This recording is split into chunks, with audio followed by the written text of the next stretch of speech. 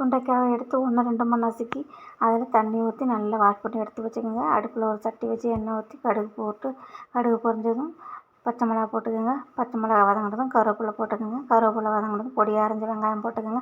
வெங்காயம் வதங்கினதும் பொடியாக அரைஞ்ச தக்காளி போட்டுக்கோங்க. தக்காளி போட்டு நல்லா வதக்கி விடுங்க. நல்லா வதக்கி விட்டதுக்கப்புறம் நம்ம கழுவி வச்ச சுண்டைக்காய் உள்ள சேர்த்து நல்லா வதக்கி விடுங்க. ஓரளவுக்கு வதங்கினதுக்கப்புறம் தேவையான அளவு உப்பு போட்டுக்கோங்க. நல்லா வதக்கி விடுங்க. இப்போ 2 ஸ்பூன் பாசிப்பருப்பு எடுத்து நான் வச்சுருக்கேன். அதை உள்ளே சேர்த்துக்கிறேன். தேவையான அளவு தண்ணி ஊற்றிக்கிறேன். நல்லா மிக்ஸ் பண்ணி விட்டுக்கிறேன். இப்போ 1 ஸ்பூன் மஞ்சள் தூள் சேர்த்துக்கிறேன். நல்லா மிக்ஸ் பண்ணி விட்டுட்டு ஒரு மூடி போட்டு மூடி வச்சுக்கிறேன். ஒரு மிக்ஸி ஜாரில் ஒரு 10 பல் தேங்காய், 1 ஸ்பூன் ஜீரகம் எடுத்து நல்லா அரைச்சிட்டு அந்த வெந்துக்கிட்டு இருக்கிற சுண்டைக்காவில் அதில் ஊற்றிடலாம்.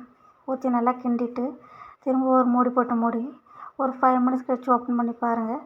சூப்பரான சுவையான சுண்டைக்காய் கூட்டு தயார். நீங்களும் செஞ்சு